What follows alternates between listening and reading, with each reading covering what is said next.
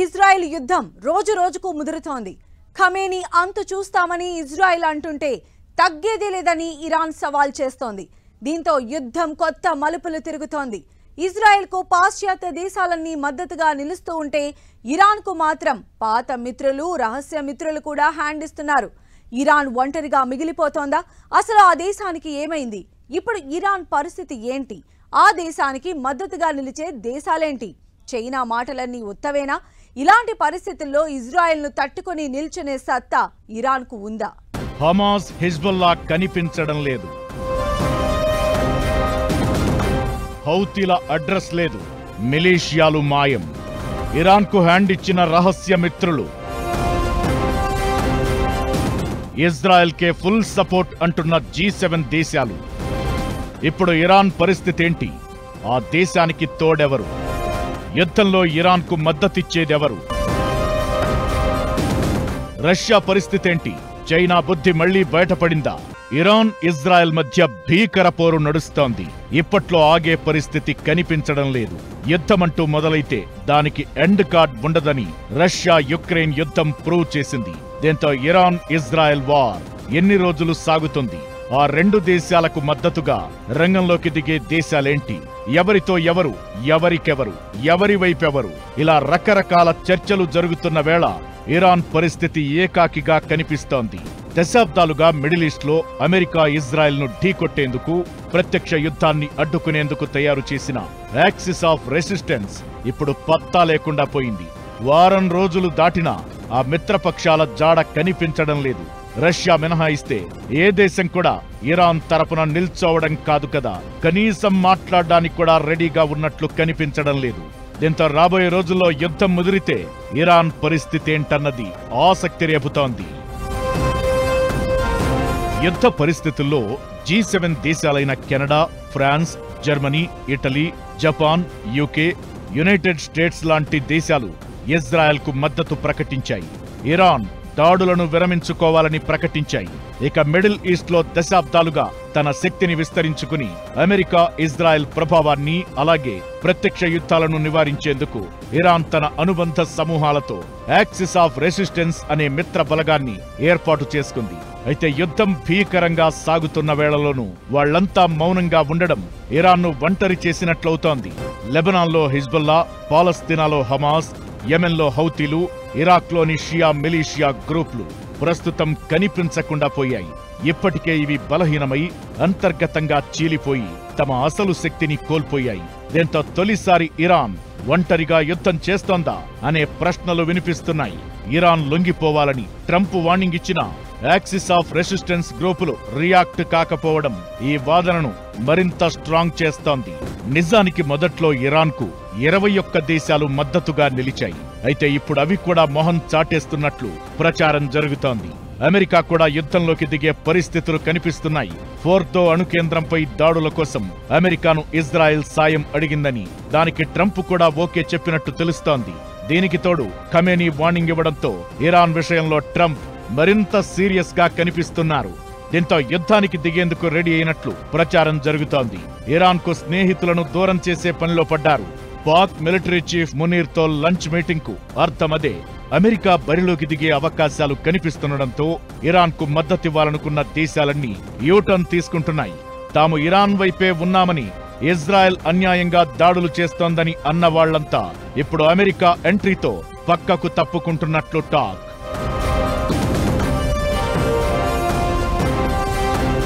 ఇరాన్కు China, Russia, ఉత్తర Korea మద్దతు ఉంది. అయితే అది కూడా హద్దుల్లోపే. కండిషన్స్ అప్లై అన్నట్లుగా 3 దేశాల తీరు కనిపిస్తోంది. నిజానికి చైనా, రష్యాతో ఇరాన్కు బలమైన సంబంధాలున్నాయి. అమెరికా ఆంక్షలు కూడా లెక్క చేయకుండా ఇరాన్ నుంచి చైనా ఏటా భారీగా ముడి చమురు కొనుగోలు చేస్తోంది. దీనికి ప్రతిగా చాలా రకాల ఉత్పత్తులను ఇరాన్కు అందిస్తోంది. ఇరాన్కు అతిపెద్ద వాణిజ్య భాగస్వామిగా చైనా ఉంది. అయితే ఇజ్రాయెల్తో ఇరాన్ చేస్తున్న యుద్ధంలోకి తలదూర్చాలనే ఆసక్తి చైనాకు కనిపించడం లేదు. మధ్యవర్తిత్వం వహించడానికి చైనా ఆసక్తి చూపుతోందే తప్ప ఇరాన్కు సాయం చేసే సాహసాన్ని చేయడం లేదు. దీంతో చైనా వ్యాపార వైఖరి మరోసారి బయటపడింది. మిత్రదేశం కంటే వ్యాపారానికే ప్రాధాన్యత ఇస్తానని డ్రాగన్ చెప్పకనే చెప్పింది. ఇరాన్ అణు కార్యక్రమానికి చాలా ఏళ్లుగా గుట్టుచప్పుడు కాకుండా సాయం చేస్తున్న ఉత్తర కొరియా కూడా ఇప్పుడేమీ మాట్లాడడం లేదు.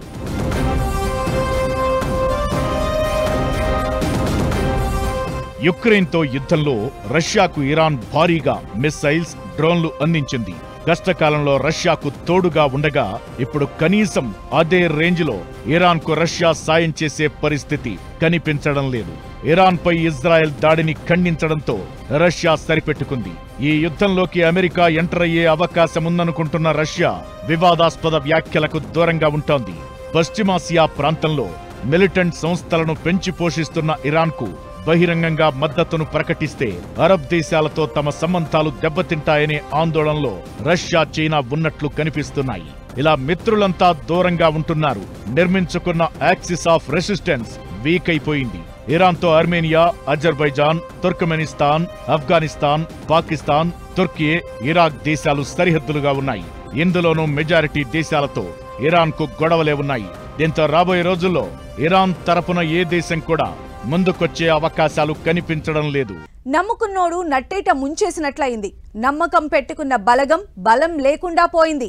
దీంతో ఇజ్రాయెల్తో యుద్ధంలో ఇరాన్ ఏకాకిగా మారిందా అంటే అవును అనే సమాధానమే వినిపిస్తోంది. రష్యా, చైనా, నార్త్ కొరియా లాంటి దేశాలు మౌనం వహిస్తూ ఉండగా మిలిటెంట్ సంస్థలతోనూ పెద్దగా ఒరిగేదేమీ లేదు అన్నట్లు ఉంది సీన్.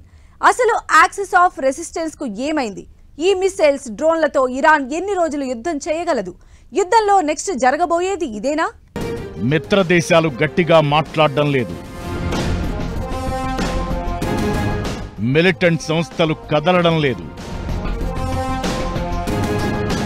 యుద్ధంలో ఇరాన్ ఒంటరిగా మారిందా?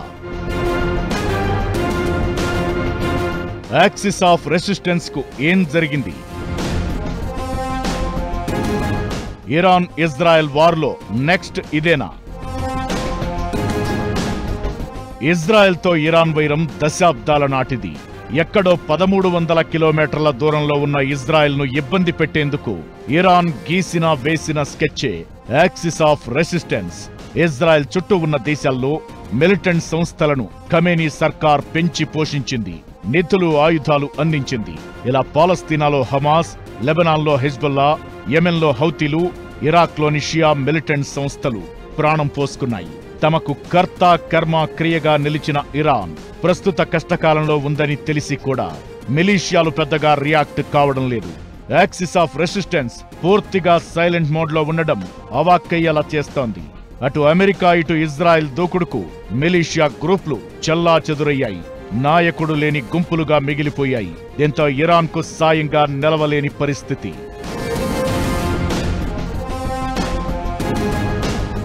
ఇజ్రాయెల్ సేనలతో తలపడిన ట్రాక్ రికార్డ్ హెజ్బుల్లాకు ఉంది. లెబనాన్లో రాజకీయ పార్టీగాను ఈ సంస్థ వ్యవహరిస్తోంది. ఇరాన్ నుంచి ఆదేశాలు అందిన ప్రతిసారి ఇజ్రాయెల్పై దాడులు చేయడం దీని డ్యూటీ. అయితే ఇప్పుడు ఇరాన్పై నేరుగా ఇజ్రాయెల్ దాడులు చేస్తున్న హెజ్బుల్లా సైలెంట్ గా ఉండిపోయింది. 2023లో హెజ్బుల్లా చీఫ్ నస్రల్లాను ఇజ్రాయెల్ మట్టుబెట్టింది. ఆ తరువాత ఆ స్థానంలోకి ఎవరొచ్చినా రావాలని ఆలోచించినా వారిని లేపేయడం స్టార్ట్ చేసింది. దీంతో ఇజ్రాయెల్ అనే మాట వింటేనే హెజ్బుల్లా నేతలకు వణుకు మొదలవుతోంది. ప్రస్తుతం హెజ్బుల్లా సారథిగా నయీం ఖాసిం ఉన్నారు. ఆయన ప్రస్తుతం లెబనాన్ రాజకీయాలపై ఫోకస్ పెట్టారు. ఆయన ఆఫీస్లోనూ ఇరాన్ చిహ్నాలు గాని, ఖమేనీ ఫోటోలు గాని కనిపించడం లేదని తెలుస్తోంది. సిరియాలో అసద్ సర్కార్ ఉన్నప్పుడు అక్కడి నుంచి హెజ్బుల్లాకు ఆయుధాలు అందేవి. అక్కడ అసద్ సర్కార్ కూలిపోయాక హెజ్బుల్లా మరింత వీక్ కావడం స్టార్ట్ అయింది. ఇప్పుడు రాజకీయాలపై ఫోకస్ పెట్టి ఇరాన్ను దాదాపుగా వదిలేసింది. ఇక హమాస్ అగ్రనేతలందరినీ ఇజ్రాయెల్ లేపేసింది. ఇరాన్ పర్యటనలో ఉండగా ఇస్మాయిల్ హనియను, గాజాలో సిన్వర్ను మట్టుబెట్టింది. పాలస్తీనాలో హమాస్ సొరంగాలు, రాకెట్ ఫ్యాక్టరీలు, రాకెట్ లాంచింగ్ ప్యాడ్లు, కమాండ్ సెంటర్లను ఇజ్రాయెల్ ధ్వంసం చేసింది. హమాస్ లో అగ్రనేతగా ఖాలిద్ మషాల్ ఉన్నారు. ఈయన ఖతర్లో ఉంటూ హమాస్ రాజకీయ వ్యవహారాలను నడుపుతున్నారు. అగ్రనేతలు లేకపోవడంతో పాలస్తీనా భూభాగంలో హమాస్ వీక్ అయింది. ఇజ్రాయెల్ భయానికి దానిలోకి చేరికలు తగ్గిపోయాయి. దీంతో ఇజ్రాయెల్ ను కవ్వించే సాహసాన్ని హమాస్ చేయడం లేదు. ఇకటు ఇరాన్ నుంచి సిగ్నల్స్ అందగానే ఇజ్రాయెల్ అమెరికా లక్ష్యంగా దాడులు చేయడమే హౌతీల పని. వీళ్లను అమెరికా దాదాపు లేపేసింది. ఇరాక్లోని షియా మిలిటెంట్లను కూడా ఇరాన్ పెంచి పోషించింది. ఇప్పుడు ఆ గ్రూపులు కూడా ఇరాన్ మీద దాడులు జరుగుతున్నా చూస్తూ ఊరుకుంటున్నాయి తప్ప పెద్దగా రియాక్ట్ కావడం లేదు. నమ్ముకున్న దేశాలు పెద్దగా స్పందించడం లేదు. నమ్మకంతో నిర్మించుకున్న యాక్సిస్ ఆఫ్ రెసిస్టెన్స్ అంటే బలగం కళ్ల ముందే కుప్పకూలిపోయింది. చైనా లాంటి దేశం వ్యాపారమే ముఖ్యమన్నట్లు కనిపిస్తుంటే మిలిషియా గ్రూపులు అడుగులు వేసేందుకు వణికిపోతున్నాయి. దీంతో ఇప్పుడు ఇరాన్ ఒంటరిగా మారిపోయిన పరిస్థితి కనిపిస్తోంది. ప్రస్తుతానికి ఇజ్రాయెల్కు దీటుగా దాడులు చేస్తోంది. అమెరికా మద్దతున్న ఆ దేశాన్ని కంట్రోల్ చేయడానికి ఇది సరిపోదు. మిస్సైల్స్, డ్రోన్లతో ఎక్కువ రోజులు దాడులు చేయడం, యుద్ధాన్ని కొనసాగించడం కష్టం. వార్ ఇదే స్థాయిలో కొనసాగితే రాబోయే రోజుల్లో సంచలన మలుపు తీసుకోవడం ఖాయం.